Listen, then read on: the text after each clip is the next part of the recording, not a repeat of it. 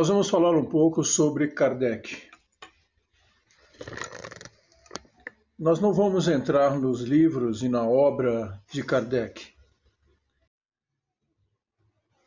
Eu vou procurar falar um pouco, mostrar quem foi Allan Kardec até chegar à decodificação. Qual o papel dele? O que ele fez? O que ele deixou de fazer? Como ele começou? Quais são as suas virtudes? O que ele deixou de legado na França? Além desse legado magnífico que foi o legado sobre o Espiritismo. Seu nome verdadeiro era Hippolyte Léon Denisard Rivail. Mas por que ele deixou de usar esse nome? Mais para frente, quando estivermos falando sobre as questões espirituais, sobre a decodificação, mas como ele chegou ali de uma forma bastante tranquila, nós vamos explicar esse motivo. A sua troca de nome tem a ver com o Espiritismo. Vamos falar um pouquinho sobre o Hippolyte Rivail. Ele nasceu em Lyon, na França, em 3 de outubro de 1804. A educação foi um dos seus grandes legados. Ele era um abnegado com relação à educação. Ele foi nascido de uma família antiga, católica, com tradição na magistratura e na advocacia. Ele, desde cedo, ele já tinha essa propensão às questões filosóficas. Tanto que ele fez os seus estudos na escola de Pestalozzi, no castelo de Yverdon, em Yverdon-les-Bains, na Suíça. Desculpe que o meu francês é bem ruim, tá? A Suíça, como todos sabem, já era um país protestante. Se nós formos lembrar, vamos voltar lá atrás, né? Nós vamos lembrar que começou lá o protestantismo. Tudo bem? Ele se tornou um dos grandes discípulos de Pestalozzi. Ele foi um propagador desses princípios educacionais do Pestalozzi. A influência foi tão grande que, referente ao ensino, a esse ensino na França e na Alemanha. Ele, aos 14 anos de idade, já ensinava aos seus colegas menos adiantados, criando cursos gratuitos. Vamos abrir um parênteses aqui para a gente entender quem era esse espírito. Desde esse tempo da sua tenridade, ele já se preocupava com os outros. Ele não estava preocupado com ele estava preocupado com os outros. E isso é muito importante, isso é de fundamental importância. Por que é de fundamental importância?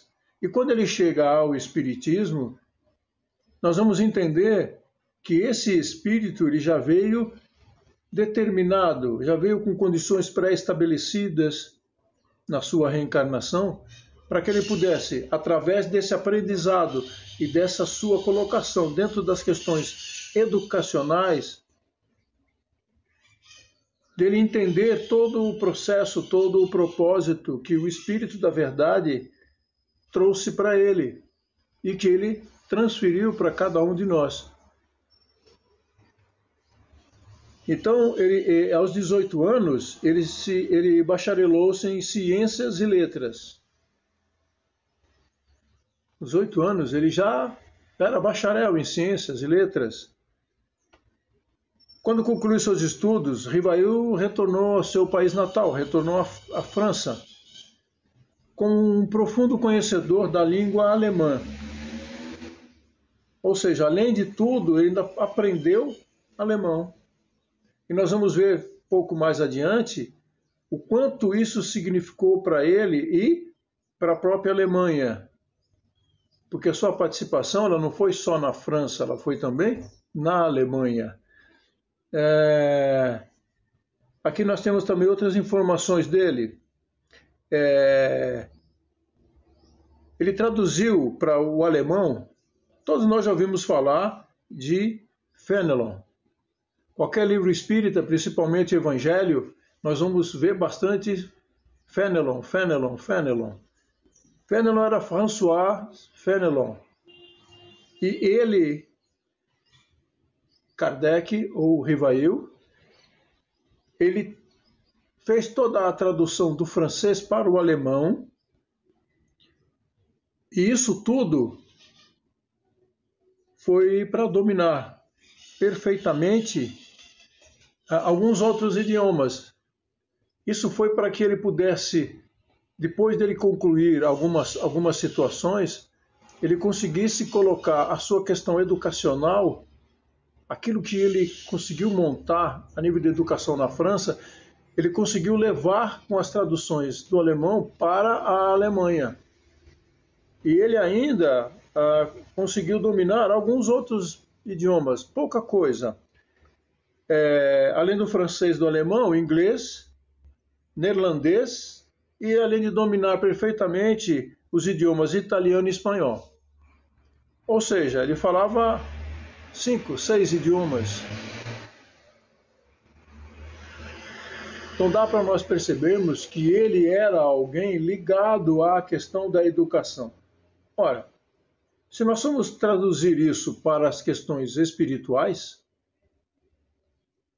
o que o Cristo nos trouxe foi questões de educação. A educação moral foi o que o Cristo nos trouxe. Isso tudo está inserido nesse contexto que Kardec, ou Rivail, nos trouxe depois dele concluir essa primeira parte dele como um estudioso da educação.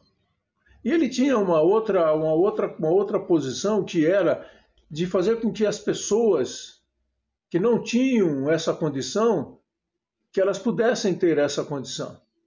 Ele modificou todo o ensino sobre a história da França para que as pessoas, para que os franceses que não tinham acesso a essa cultura um pouco mais elevada, pudessem ter essas informações, mas de uma forma bastante simples e fácil de entender. Como ele nos tornou fácil e simples de entender todo o processo da decodificação. Na nossa próxima aula, na nossa próxima aparição, nós vamos entrar um pouco mais em todos esses campos. Espero que vocês tenham gostado e que isso possa nos ajudar a entender e a conhecer um pouquinho mais quem foi Rivail, quem foi Hippolyte, quem foi Allan Kardec. Muita luz, paz e sabedoria para todos.